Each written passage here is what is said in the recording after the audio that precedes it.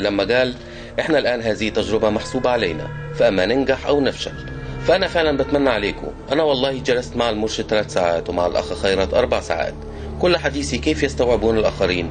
في الأخير ما عندك غير تتعاملوا مع المخابرات ومع المجلس العسكري ومع القوى الليبرالية والقوى الإسلامية. حتى المنافسين لكم في الانتخابات لا تقطعوا مع أحد، لا مع عبد المنعم ولا مع الدكتور العوا ولا مع فلان ولا مع علان. فهذه تجربة محسوبة عليكم على الإسلاميين صراحة، إما أن ننجح أو نفشل. فأنا بتمنى فعلا الروح الإيجابية دي تكون حاضرة، وإحنا هنظل نضغط عليهم في نفس الاتجاه. هو في مشكلتين قدامهم اليومين دول، هم محتاجين ضغط ومعونة من حضراتكم.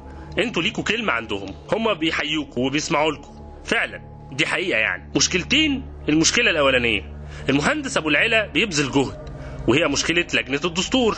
بيبقوا قاعدين حاضرين ممثلين 3-4 منهم على الأقل، على قواعد وأسماء. يرجعوا ما يعجبش، تاني يوم الصبح 9 الصبح ينسف هذا الاجتماع. وده حصل آخر حاجة من 3 أيام. اجتمعوا واتفقوا على تقريبا 100 اسم بالاسم.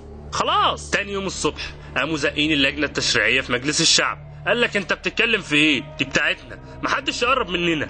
الدنيا انقلبت تاني، كله دلوقتي عند الإخوان ان الناس بيرجعوا في كلامهم.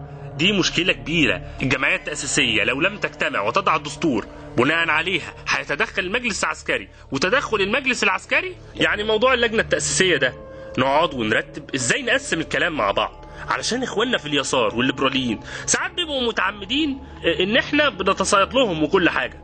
النقطة التانية دي الأخطر بقى، هي رئيس الجمهورية. النقطة الأولى هي الجمعية التأسيسية. النقطة التانية الفرصة الذهبية لمصر والتاريخية جات لنا لغاية عندنا، وهو وجود شخص منك ومش محسوب عليك، يعني يحمل الفكرة والتاريخ والتجربة والجذور والفروع والثمار وكل حاجة. وبعدين انت كمان حتى مش منافس قدامه بشخص انه ممكن ينجح فعلا. مرسي صعب، مش مقبول ومش مهضوم. وعلى الجانب الآخر